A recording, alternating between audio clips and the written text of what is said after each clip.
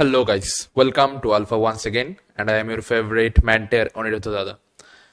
তো এখনের ভিডিওটা আই গেস তোমরা থাম্বনেল দেখে বুঝে লাইছো যে এখনের ভিডিওতে কি নিয়ে ডিসকাস হইব এন্ড অলরেডি তোমরা কাছে ইনফরমেশন গেছে কা তোমরা সবাই মোরলেস জানো যে আজকে honourable supreme court NEET 2024 related final verdict আমার কাছে দিছে অ্যান্ড অলরেডি হয়তো তোমার কাছে সবার ইনফরমেশন পাইও নিছো, সবার কাছে ইনফরমেশন গেছেও কা যে supreme court has cancelled all the আর্জি in cancellation of NEET 2024.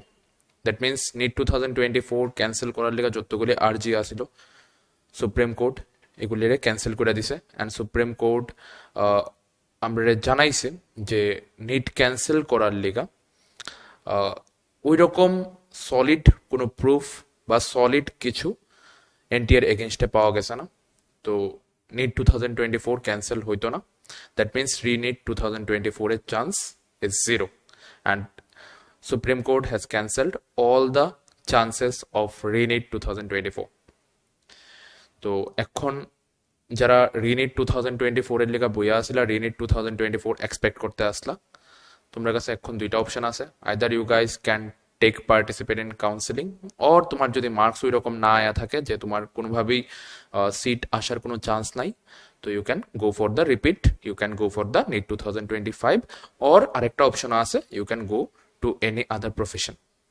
যদি তোমার মেডিকেল নিয়ে ওই রকম প্যাশনেট তুমি না হও তো ডেফিনেটলি তোমার কাছে অন্য অনেক প্রফেশনের রাস্তাও খোলা আছে। একটা এক্সাম দিয়ে বিশেষ কিছু ডিসাইড হয় না, এরকম কোনো কথা নাই যে লাইফে সাকসেসফুল হইতে গেলে একটা এক্সামই ক্র্যাক করতে হইব।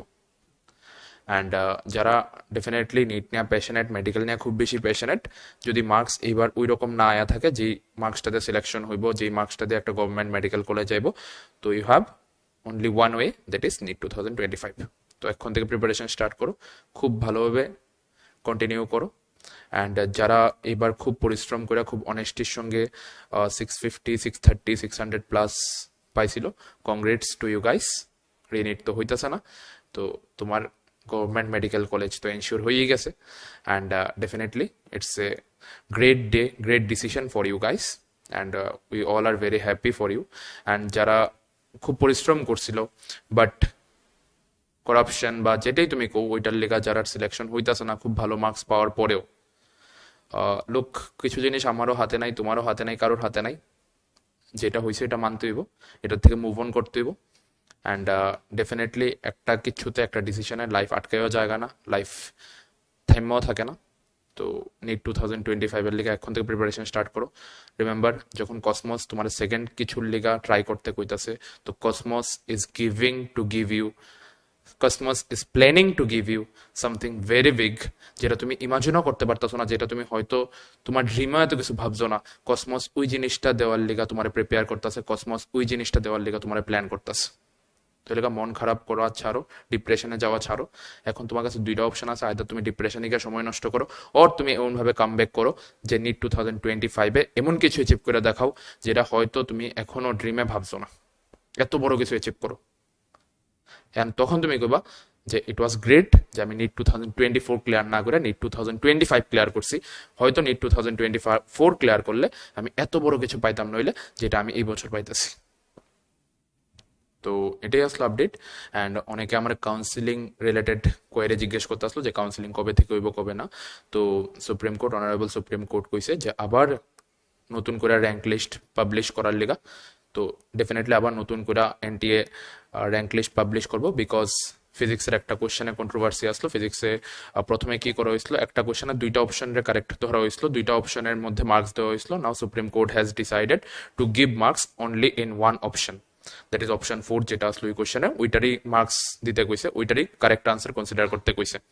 তো ওই কোশ্চেনটার রিকাউন্টিং এর পরে আবার এনটিএ নতুন করে র্যাঙ্ক লিস্ট পাবলিশ করবো। অনেকের র্যাঙ্ক হয়তো একটু পিছাইব, অনেকের র্যাঙ্ক হয়তো একটু আগাইব, তবে বেশি ফ্লাকচুয়েট হইতো না, কারণ একটা কোশ্চেন দা বেশি র্যাঙ্ক তো ফ্লাকচুয়েট হওয়ার কথা না।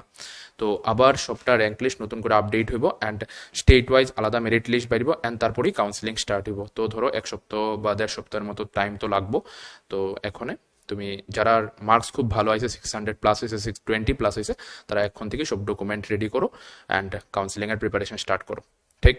আর অনেকে এটাও কইতে আসলো যে এজেএমসি এর কাট অফ কি যাইবো, নিগ্রিমস এর কাট অফ কি যাইবো, রিমস এর কাট অফ কি যাইবো। দেখো, if you are getting 600 plus from our state, that is Tripura, তাহলে তোমার এজেএমসি কনফার্ম আছে। বাট এর নিচে গেলে একটু কষ্ট হইতে পারে, সিন্স ওই দিন যে স্টেট র্যাঙ্ক লিস্ট বাইরিছিল, এই 2 দিন আগে যে সুপ্রিম কোর্টে ভার্ডিক্টের পরে যে স্টেট র্যাঙ্ক লিস্ট বাইরিছিল, সুপ্রিম কোর্ট কইছিল প্রত্যেকটা স্টেটের আলাদা করে র্যাঙ্ক লিস্ট বাই করার লিগা।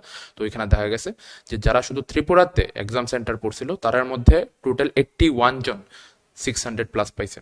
এবার অনেক ত্রিপুরা বাচ্চা আছে যারা ত্রিপুরাতে এক্সাম সেন্টার পড়ছে না, হয়তো কেউ কোটার থেকে এক্সাম দিছে, হয়তো কেউ দিল্লির থেকে এক্সাম দিছে।